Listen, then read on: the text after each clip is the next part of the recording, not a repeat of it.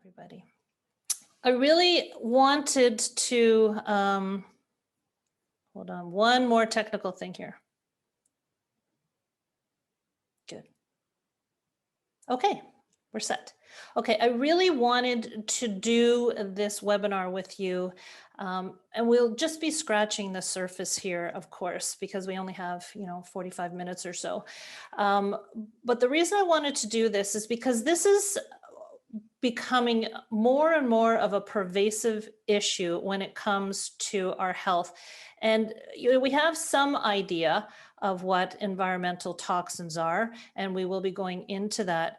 But what I want you to take away from all of this is that this is one of, I wouldn't call it the 3 pillars of health, I would call it one of the 3 pillars in achieving what you would think would be your goals towards health. So what I'm saying is you have goals for your diet, you have goals for your lifestyle, and the environmental piece is probably the most neglected.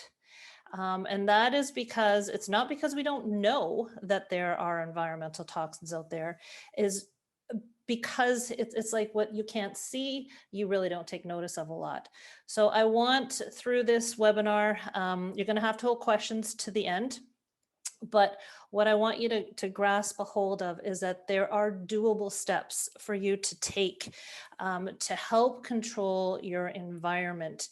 And the implication for environmental toxins for so many chronic diseases is becoming more and more pronounced. The field of environmental medicine is becoming more and more extensive, and a lot of practitioners, especially in the integrative space, are taking this piece on. I myself only touch on it when I'm working with people because it is a huge area of study and of research. So I will do in my protocols basic detoxifications from environmental toxins, and also in preparing this, it's not in the slide presentation, so I wanted to make sure that I get this out to you. So I'm going to say it now before we actually get started into the materials, that you want to find a practitioner that really understands how to work with environmental toxins. There are things called binders that help us remove things within the body. And a lot of, first off, a lot of practitioners, or some practitioners, when they're doing detoxes, don't add binders. And these are very important things. A common binder is activated charcoal. But different binders will bind to different things in the body, as well as minerals, perhaps, and vitamins and different things we want to keep in our body. So it's a science of how to detox. It's not just as easy as going through a protocol and taking it.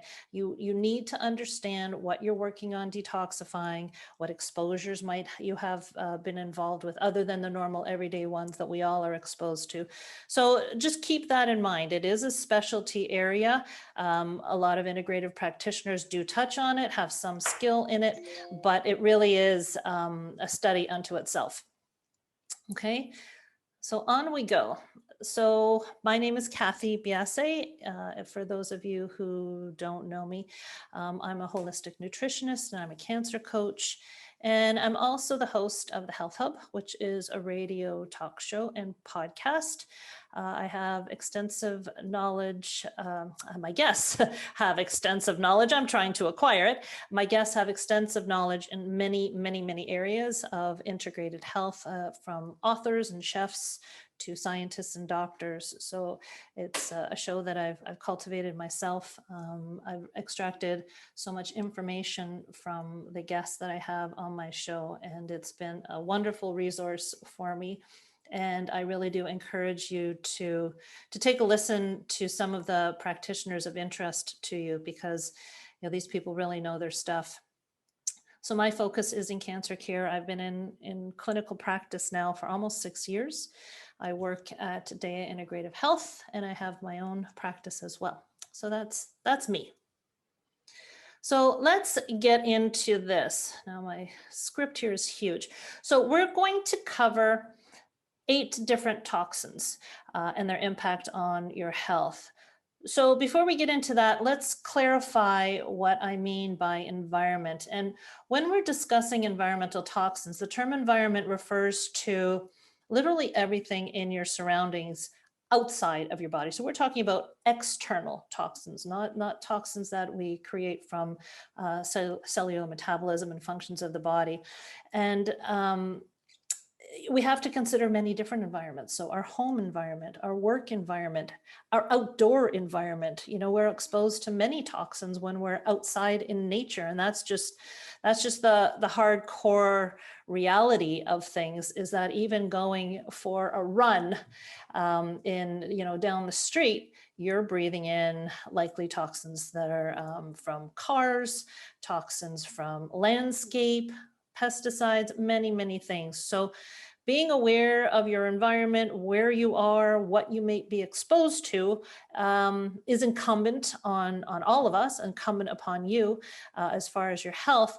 And honestly, as a corollary to this, when you understand the impact of toxins on your own health, it may start giving a spin on how sustainably you yourself are living.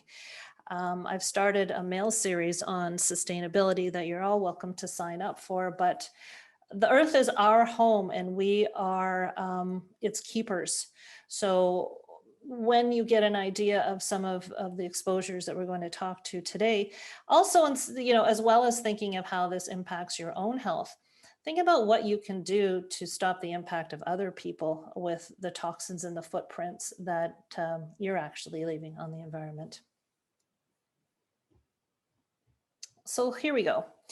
You may be surprised to learn that environmental toxins and pollution and the pollutants in the air we breathe are very widespread, and they go beyond just what we breathe and pesticides.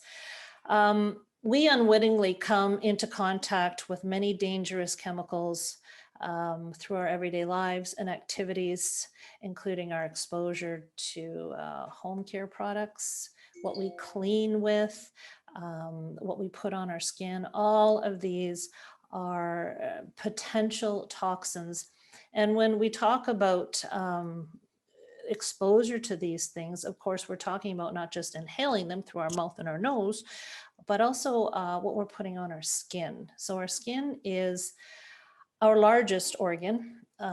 It is there to help support detoxification internally. So a lot of times if we're overloaded liver-wise, kidney-wise, you'll see your ruptures on your skin as an area to help detoxify and support detoxification. But it's not just from the inside out that the skin is impacted, but also from the outside in. And the microbiome that we have on our skin, we cultivate from our environmental exposures, as well as the chemicals that we put on our body, or we do or we don't, what we choose to put on our body. We need to pay attention to the additives. We need to pay attention to all those great big words that are on lipsticks that we might put on. Sadly, our level of toxic exposures is also increased by the area we're in. The impact of toxic exposures is another area that is impacted socioeconomically, and race. These are all things that come into play.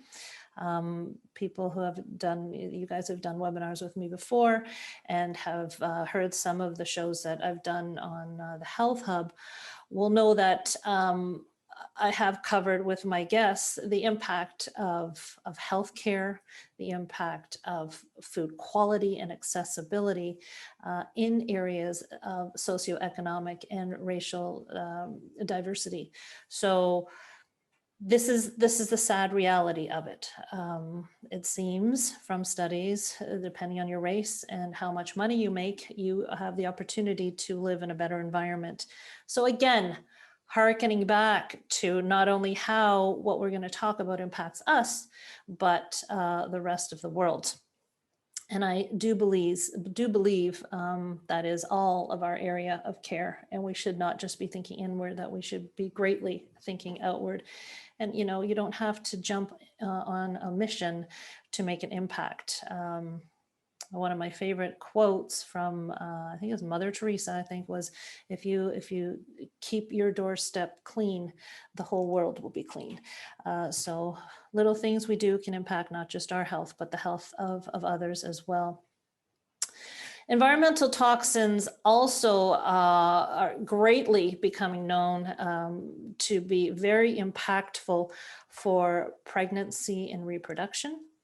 Toxins can impact the unborn. Studies have shown that chemicals like PFAS and flame retardants and everyday products can pass from the mother to the fetus through the umbilical cord and afterward through breastfeeding.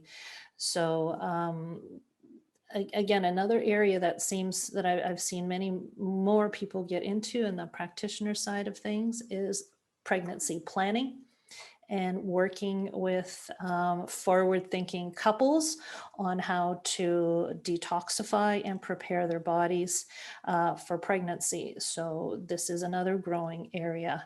But for those of us who are parents, not just of girls, this is not just for the women, this is for men too. You can be talking to your kids about the importance of prepping the body, detoxifying the body for pregnancy. The umbilical cord has been, many chemicals have been taken from the umbilical cord in research to show just how much we are exposed to toxins. And they can also cross the blood-brain barrier, impacting mental health, our brain health. So aluminum is another, or is one key one that pops up in Alzheimer's, ADHD. These things can cross the blood-brain barrier. The blood-brain barrier we used to think was like a piece of saran wrap, but now we know that it's not, that it's penetrable. And these can be very impactful on brain health. So a lot of stuff to consider. And because of the constant exposure to environmental toxins, more and more people are suffering from chronic diseases, from fatigue and mental exhaustion, all the way up to cancer. So in a broad sense, and what I often talk about is the inflammatory piece of this. You know, our body becomes inflamed when we are overloaded in toxins, when the body can't get rid of these things in our body that really shouldn't be there. This can lead to inflammation. And as you know, inflammation is the root of all evil when it comes to our healthcare. Toxic overload, you might, you know, in a smaller sense, before it hits chronic disease, you might feel tired, you might feel exhausted, you might have brain fog, many other symptoms. And again, with all of these things that I'm trying to present to you here in these webinars, I just want you to get an understanding of your body, so that if you're feeling symptoms, you're feeling, you know, all of a sudden tired, look back, see where this might be coming from. And then when you ask these right questions, when you look to the right places, that's where you're going to find your answers. So all in all, you know, things like this, the webinars I host, are meant to educate you so that you have a place to go when you're working with things. Environmental toxins isn't so much in the mainstream as it is in integrative health. So when you're talking to your medical doctors, and you might need to, you know, if the question's not asked about environmental exposure, you may need to bring these things up. So again, your health is your domain. So equip yourself with the right questions. Yeah, I think that's all I'm going to say about this one, or else we'll be here for 2 hours. So most of us have an understanding that there are these environmental toxins and they do impact our health. The whys and the hows are maybe not as well known. So what I wanted to do was start with our endocrine system. And again, you know, we're just scratching the surface with this stuff, but this is a good place for us to start here to get a bit of an understanding. Can you guys, hopefully you can see, I might be able to open that up a bit or not. Nope, I can't apparently. Okay, so the endocrine system is a collection of glands that produce hormones that travel to cells in other parts of our body. They regulate our metabolism, our growth, development, tissue function, sexual function. They impact our sleep and our mood. You know, they're just all over pervasive hormones are just involved in every aspect of our life. And hopefully you can see this diagram. The major pieces of this system, starting from the brain, are the hypothalamus, which is located at the base of the brain, the pineal gland, which is located midbrain. Hopefully you can see all that. And the pituitary gland, which is a pea-sized organ in the brain. And then carrying on to organs, the main organs are the thyroid, the thymus, and the adrenals, the ovaries, the testes, and the pancreas. Those are the major areas of the endocrine system. You can have some subcategory basically of organs like the liver and the kidney, but we're just going to keep it to these major ones for now. What toxins can do is act as endocrine disruptors. The Environmental Working Group focuses a lot on endocrine disruptors. I think I have a link at the end. It's ewg.org for the Environmental Working Group, just a plethora of information on environmental toxins and products. But there's no end of the disruption that these toxins and pollutants can have on our endocrine system. And of course, we all have weaknesses in certain areas, others, and these toxins can wreak havoc on different areas of our body, and they may not present the same in all of us. So some areas that dangers of endocrine disruption include either increasing or decreasing production of certain hormones. And, you know, for women, we might talk about estrogen here, imitating hormones. So things that will come up here will be certain plastics that can be estrogen mimickers. It can turn off one hormone, turn on another hormone. It can interfere with hormone function altogether. It can interfere with cell communication. These things can bind to hormones, so making our endocrine system less effective. And they can accumulate, these toxins can accumulate in our organs, the endocrine system organs, and really wreak havoc. So very big impact these toxins can have on us. The list of diseases that sort of erupt from endocrine disruption are all over the map. And again, as I just mentioned, we all have areas of weakness and maybe different areas that would be impacted more than others. But endocrine, I'm having a hard time with that word, disruptors have been linked to ADHD in children, Parkinson's, Alzheimer's, as I mentioned before, diabetes, cardiovascular health, obesity, symptoms of early puberty. So girls getting their periods much younger these days than they were, 20 years ago. And of course, cancer. Can be a great impact on cancer. And this is becoming within the cancer space. Environmental toxicity within the cancer space is also I think it's more of a burgeoning area. I think it's starting to come of age because the toxins that we consume, the toxins that we breathe, all these things are our piece of cancer care now. And knowing that the hormones are responsible for so many aspects of our health, again, another big reason why we really want to get a hold of these things and try and get them as much out of our lives and as neutralized as possible. So let's dive into these actual toxins that we're going to talk about here. So the first one on our list, I have practiced these words. I'm sure some of them will come out wrong. So this is bisphenol A. This is an easy one. So BPA, you probably know this by. And this is an industrial chemical that's been used to make plastics and resins since the 1960s. Polycarbonate plastics contain PBAs, and they're often used in containers that store canned foods and beverages, water bottles. And BPA is a synthetic hormone that can imitate estrogen in the body. The one thing I've noticed more and more of on the shelves is you'll see cans that will have, they're trying to step forward of this toxin, you'll see BPA-free liners, things like that, especially if you go into the health food stores. A lot of the products that are in tin cans will say BPA-free lining, which is great.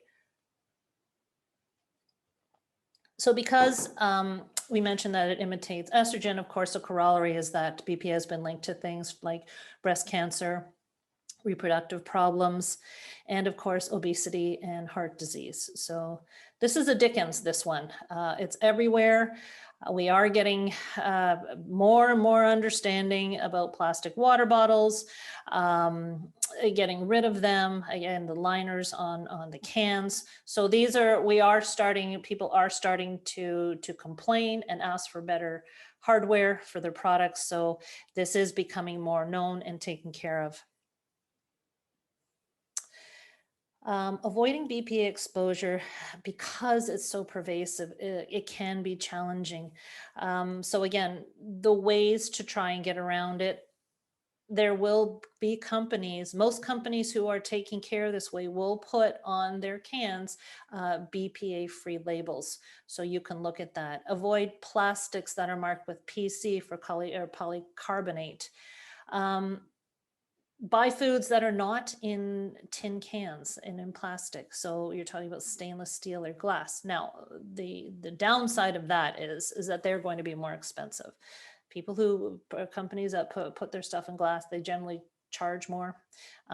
But as with everything, it is a trade-off. So, first steps are maybe limiting. You can't get rid of all of them. So if you are drinking water still from a plastic water bottle, just make that one change, go to glass. I mean, one step at a time to try and get a hold of this. Use frozen. If you can't find any like frozen foods, if your supermarket doesn't offer you anything that does not say BPA free, buy frozen things, buy fresh things. That's one way to avoid it. Again, these are just suggestions. You can't do it all. Don't put things in the microwave that are plastic. Leave them in the car. Anything that heats up BPA will potentiate it. So you want to stay away from that. And when it comes to kids and things, choose wooden toys if possible, but we're so comfortable with giving kids all these toys that have been around forever. This is one area that does not seem to be changing over a whole bunch. So as parents, grandparents, understand that a lot of these toys go right in the mouth, and the wooden toys have their issues as well. You got to be really careful. Wooden toys can be painted and the kids put them in their mouth. So a lot of things, I've learned myself. We're getting a new deck made for our place, and things were pointed out to me that I didn't even really consider as far as doing that type of construction. So we're all still learning, but it is up to us to do our research when it comes to this, because the more we demand it, the more companies will put it out. Phthalates, these are a group of chemicals that are used to make plastics malleable or bendable, and they are commonly found in plastic food containers, children's toys, and makeup products. Our bodies have a signaling system to program our cells to die, apoptosis, and there have been studies that have shown that chemicals like phthalates can trigger what's known as death-inducing signaling, so the cells die quicker, which is, we don't want our cells not to die, but we also don't want our cells to die too quickly. And the phthalates have been shown to cause this, again, impacting our hormones. Phthalates have been shown to lower sperm count and make sperm less mobile. That has been shown to have impact on newborns. So again, and when we talked about just a little bit, I talked to you there about planning for pregnancy. It's not just on the moms, right? It's on both partners when it comes to preparing for pregnancy and understanding the impact of environmental toxins. You want your baby to have the best start that they possibly can. So avoiding phthalates, again, start by avoiding plastic food containers, children's toys, plastic wrap made from PVC. that's, you know, we use a lot of plastic wrap. Even within the plastic wrap, you can see differences in quality.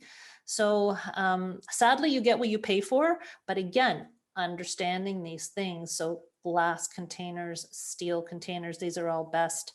It's important to read cosmetic labels and personal care labels. Anything that has listed as something as a fragrance on one of these products, this can be a sign of hidden phthalates. So watch for that too. Toxin number 3, heavy metals.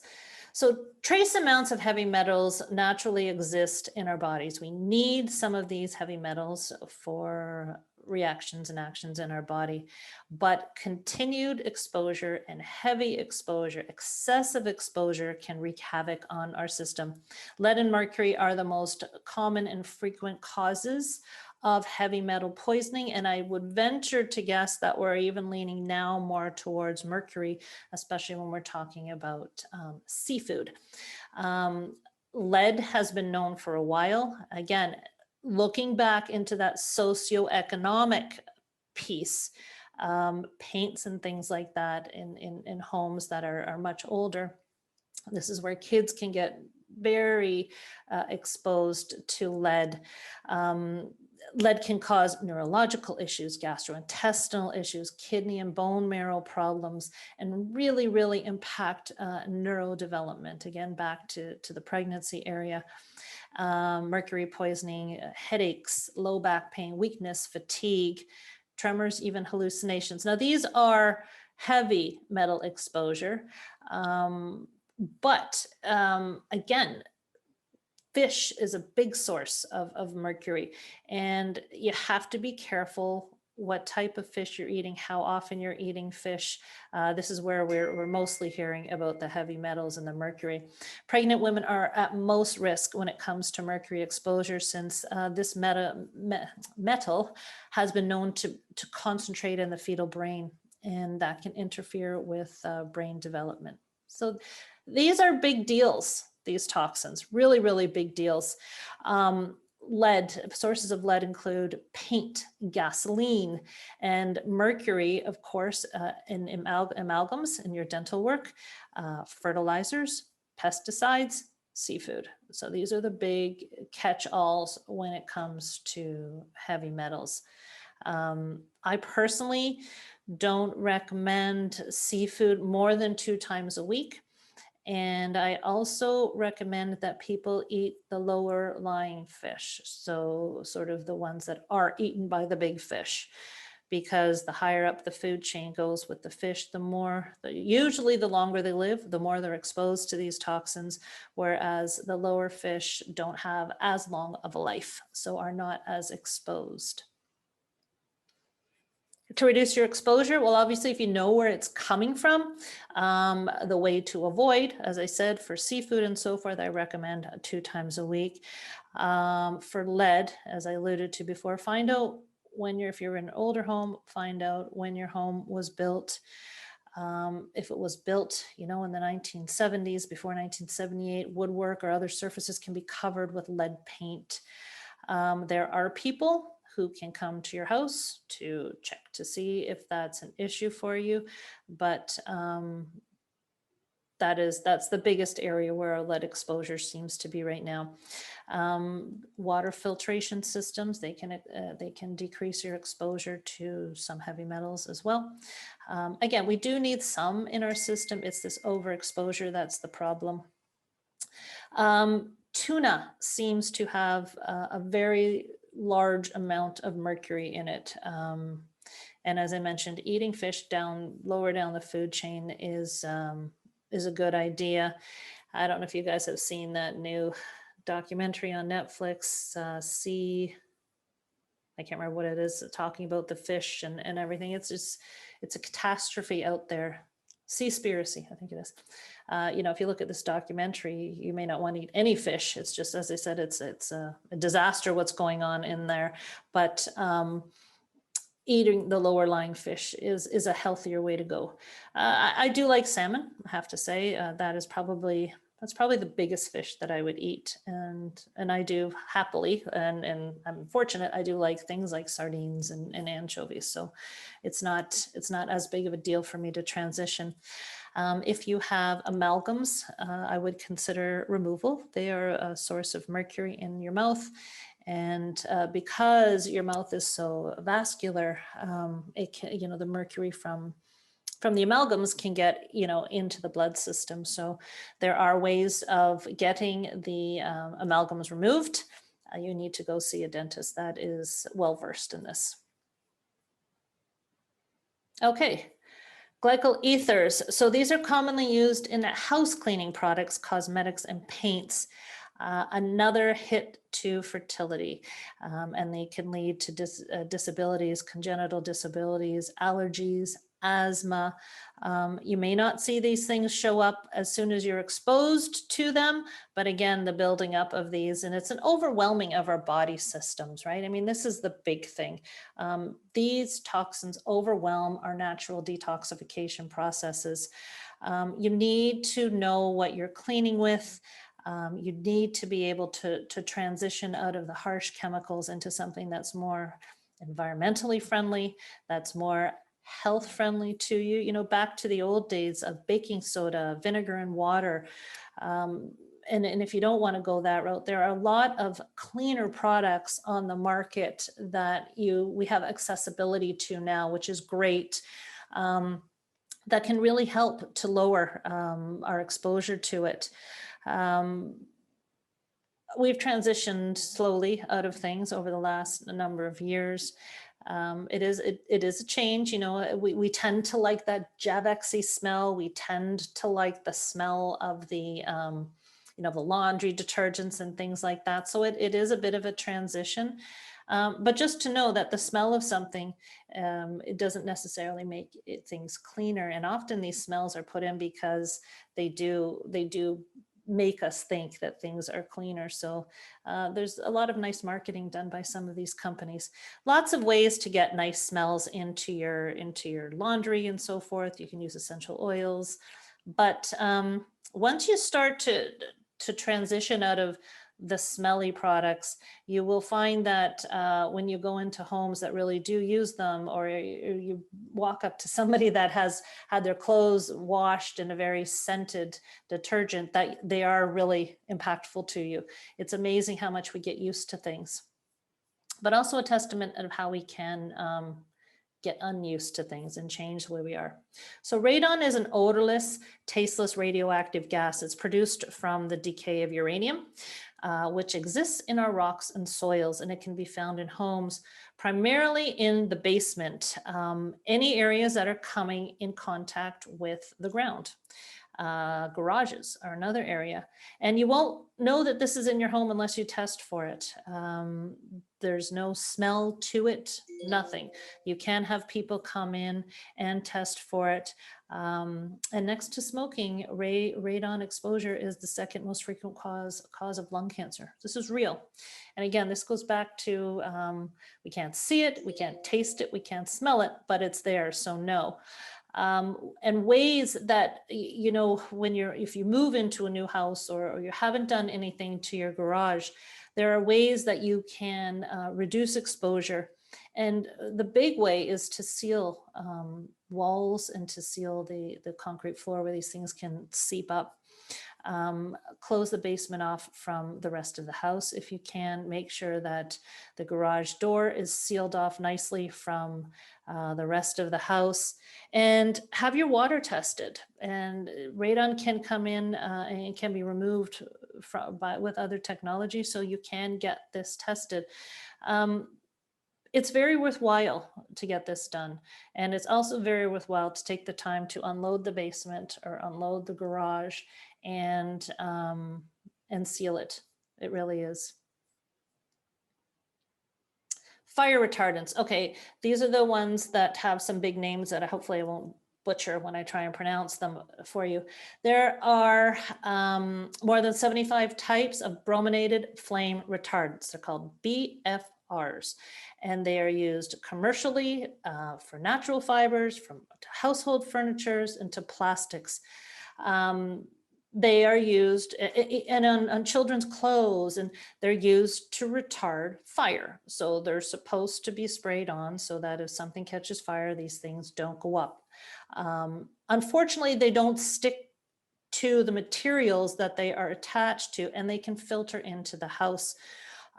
Numerous studies have showed high levels of these flame retardants in breast milk. So again, how's that getting into our system? Through our skin and inhalation. These are incredibly persistent chemicals. They're also known as PDEs. I've written them down here, PBDEs. I will make an attempt. Polybrominated diphenyl ethers. And they're around the globe, these chemicals are used, and they're found pervasively in everything. They're just pervasive. And these are very big thyroid disruptors, thyroid hormone disruptors. Household products like furnitures, mattresses, building materials, wallpaper, they all have it, and they all can emit this gas. This is called off-gassing. Insulation containing asbestos and paint can lead to off-gassing of different chemicals as well. So fire retardants are a big class, but building products in general can have off-gassing. Paints, vinyls, decks, pressure-treated decks, things like that. They can, if you're around the area of them, they can off-gas. Some people have now got into the habit, and I don't know how good it is or bad it is, of putting their furniture outside to off-gas before they bring it into the house. You can smell some of these things on products, you know, cheap vinyl, you can smell that there's something on it. And these can be, as I said, once these are in our system, they're very, very difficult to get rid of. So reducing exposure as much as possible is the way to go.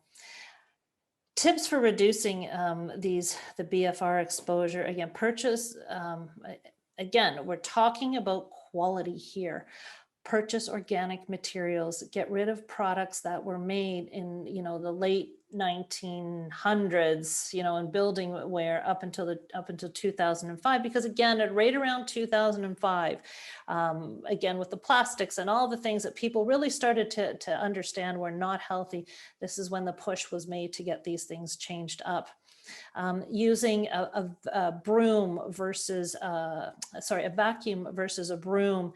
So instead of whooshing things around and stirring things up, you're actually sucking in some of the dust and accumulated toxins. These things can attach to dust. So they can, these gases can attach to some of the dust, and then we breathe them in. And diet contributes significantly to the burden because these things can get onto our food too. So many things that these retardants are brought into our body on. Organophosphates, this is a neurotoxic compound and initially was used for chemical warfare during World War II. These chemicals are the main components of pesticides, herbicides, insecticides.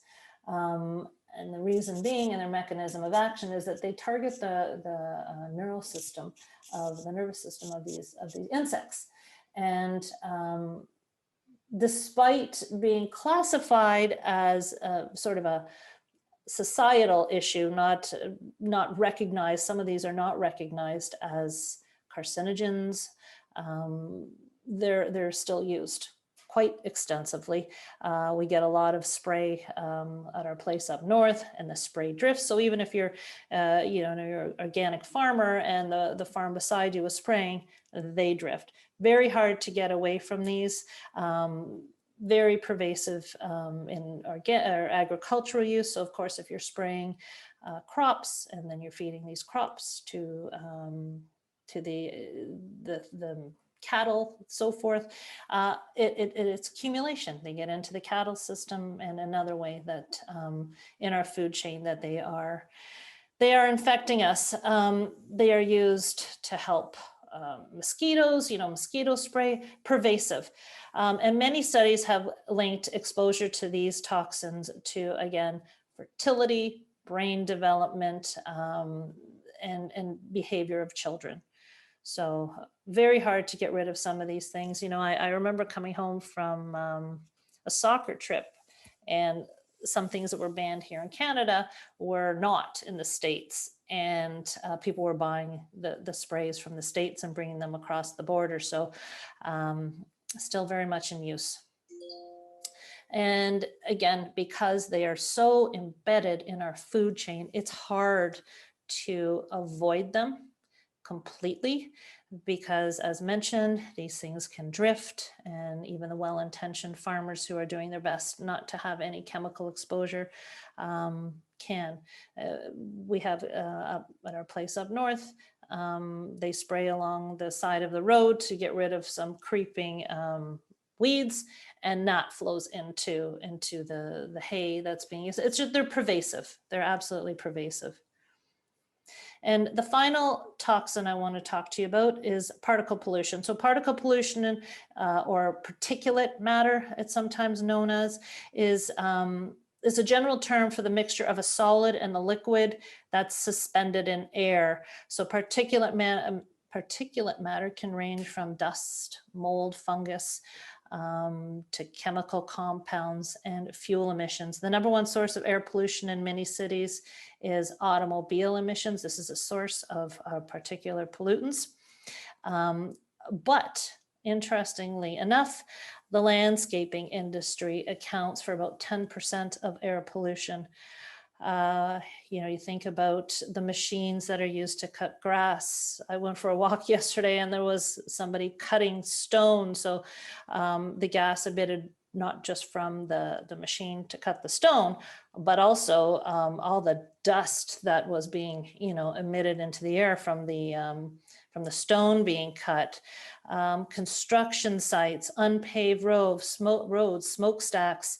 These are all contributing to particle pollution.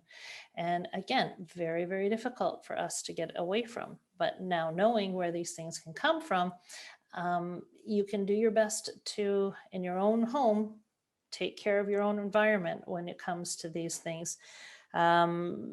A simple transition, if you don't have a huge lawn, is to go from the gas lawnmower to the ones that you just push that have the blades.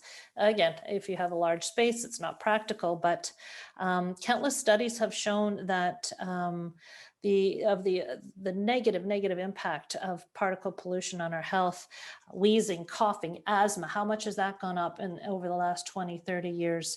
Lung cancer.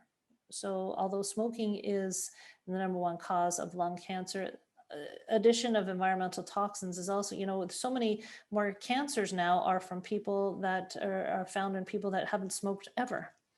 And so this is, a direct attribution to the environmental health and what we're exposed to.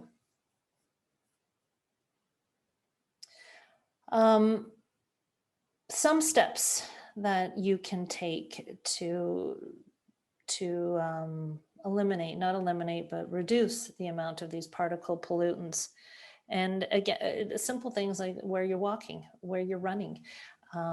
Try and keep to a little bit more environmentally friendly areas, parks, pathways, things like that.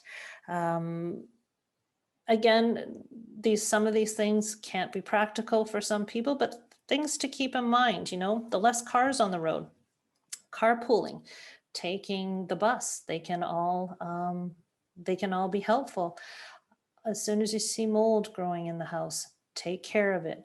If you are concerned, if your house is a little bit older and you are concerned that there may be mold in the house, within the environmental space and the environmental professional community, mold is is a huge area. That alone is a specialty in and of itself. A lot of places, even newer places, have mold in them. You know, open your windows, do things like that. We are trapped in our homes, and although these particle pollutants are outside, they are coming into our homes. So ways that you can sort of circulate and get some fresh air within the house and sort of detract from the particle pollutants that are in the house is to open windows and doors. That's another way to get rid of them. Watch where you are, watch where you're around. As I said, when you're walking, try and avoid the main roads. Simple little things. And this, hopefully you can see it. And I've got a copy here myself because I cannot read that. So this is improving the quality of air in your home. So if you can't read that, I'll just read it out to you. I got this from Fullscript, and oddly enough, they sent it out a couple of days ago. So I thought I'd just throw it in here for you. So simple ways that they suggested to improve the quality of your air in the home, which is really where we're spending quite a lot of our time right now, right? So, you know, when I talk about improving the environment for people, I talk about things like this light here, the salt light, opening windows, of course, talked about plants. Those are all big things that I like to have people put in their homes because they help to purify the air. But on the top here at the bedroom, carbon monoxide alarms. So you might want to have those stashed throughout the house, not just the bedrooms. Opening the windows, they suggest 2, which is great. Reduce the use of incense and candles. Yes. So you want soy candles or beeswax candles. The fragrances that come off of the cheaper candles are toxic. They're known carcinogens. Vacuuming instead of brooming, I was going to say of sweeping. Another thing they suggest in the bathroom, they're talking about exhaust fans during and after your shower. This is to prevent mold. My husband's this is big in his world. He's constantly turning on the fans when I forget to turn on. Repair damaged grout, caulking. This is a huge area. I can't believe any of us haven't seen this. I see it all the time in our place, and I'm continually trying to get it off. You use a toothbrush to scrape it off. Big areas of mold. So there are professionals out there. If the mold gets carried away in your showers and the grout and everything, they'll come and scrub it and take it off. This is a big area of mold in the house. In the garage, so we talked about sealing the walls and sealing the floor. Don't let your car run in the garage, pull it out, and don't leave it running on the driveway for too long either. Kitchen, we've talked a lot about the kitchen, or we've talked a lot about the house in general. The only other thing that they've added here is don't grill inside. So like don't bring your barbecue inside. Laundry room, make sure that your dryer efficiently vents towards the outside and make sure it's not blocked. This is a big one too. And especially for those of us who we have birds that can come in through our vent. So we put a little grate on top, and I didn't realize until luckily for us, the dryer just shut down instead of catching on fire, but the lint had accumulated on that outside vent thingy, and we had to take it off and pull out all the lint there. So making sure that that's working properly is very important. Radon, measuring radons, that's sort of below the house, and being mindful that gas fueled appliances are well maintained. So some good pieces of advice there that to add on to what we've talked about. And again, understanding that what you do as far as construction in your house, inside and out, can be very impactful. So varnishes, paints, plastic vinyl, things on the windows, vinyls on the windows, carpeting. As far as carpeting is concerned and air pollution in and of itself, the carpets hold so much. And if you have pets, so pet dander, pet hair, bugs, skin cells, dead skin cells, carpets are really quite an area of pollution in the home. And all the rest we've sort of gone over as far as how we can improve our environment with respect to the household. Toxins, I'll sum it up here. We're approaching the 3 o'clock time, so I really want to, again, be mindful. Toxins are not something we can get rid of. They need to be managed. And so you need to find a way within your own space or spaces to manage them. Ongoing research is finding that cancer cells, all of these things, toxins are a part of them. You can find toxins within cells, within tumors. They interfere with glucose metabolism, cholesterol metabolism. They can be a part of insulin resistance. Again, touching on so many different areas of health. So heart health, diabetes, cancer, all these things can, we're not saying that they cause them, but they certainly don't help. They can add on to a situation. They can maybe be part of the genesis of certain diseases. So it's very, very important that we stay ahead of these things. Obesity. So a lot of toxins are in fat cells. Using saunas, they've done studies on the sweat of people when they're in saunas, and it's amazing the number of toxins that come out in the sweat and when we sweat. So exercising, personal care area, what we're putting on our skin, these things are all what we can do sort of for our bodies. We've talked about things that we can do to make a healthier environment, but again, exercising is big. Sweating is a big, big piece of helping to reduce our toxic exposures. Supporting our detoxification systems, speaking with someone who can guide you through a gentle detoxification. Our systems are becoming overrun. And as much as some will say that we have these natural detoxification organs and systems in our body, but sometimes they do need support. I was away on holiday a few years ago, and we were in Barbados, and we were on a soccer trip with my daughter, and everything was set up, food was set up, and it was wonderful because the coach lived in Barbados part of the year. So he had set up everything, and long and short, we had a ton of fish. And I came back and I wasn't feeling great. And I went and I got some testing done, and the metals lit up in my blood work. It was unbelievable. It was uncanny. And so I needed some help with that, detoxifying that. But all in all, easy steps that you can take, without going into sort of a practitioner space. Eating clean food, making sure that you are supporting your detoxification organs, cruciferous vegetables, broccoli, kale, all those things are wonderful supporters of the liver, which is one of your, if not the major detoxification organ in your body, supporting all detoxification organs. The microbiome, we can't leave that out of there. And then remembering, avoid plastics when you can, opt for stainless steel and glass, and detoxify your home with clean your home with natural products, exercise, sauning. These are all steps that we can take. Sometimes you're going to need good quality supplements. Sometimes, you may even want to seek out a professional and talk about IV care. Lots of options for you out there. And always a great source of reference, I mentioned it at the beginning, is the Environmental Working Group. Their website is fantastic. So if you want any more descriptions on toxins and where they're found. Now we're heading into the summer, so suntan lotion and things like that. Those are all listed on the Environmental Working Group. They give you lots of different options, far more in depth than we could have got into today. And you can help yourself by going to that website for sure. So crammed a lot of stuff in there. Sorry about that. I know, as I said, it was we only touched the surface, but hopefully we touched it enough so that it gives you a better appreciation of what you can do and where you can go after today. So I'm going to stop sharing my screen and come back here to see if there are any questions. And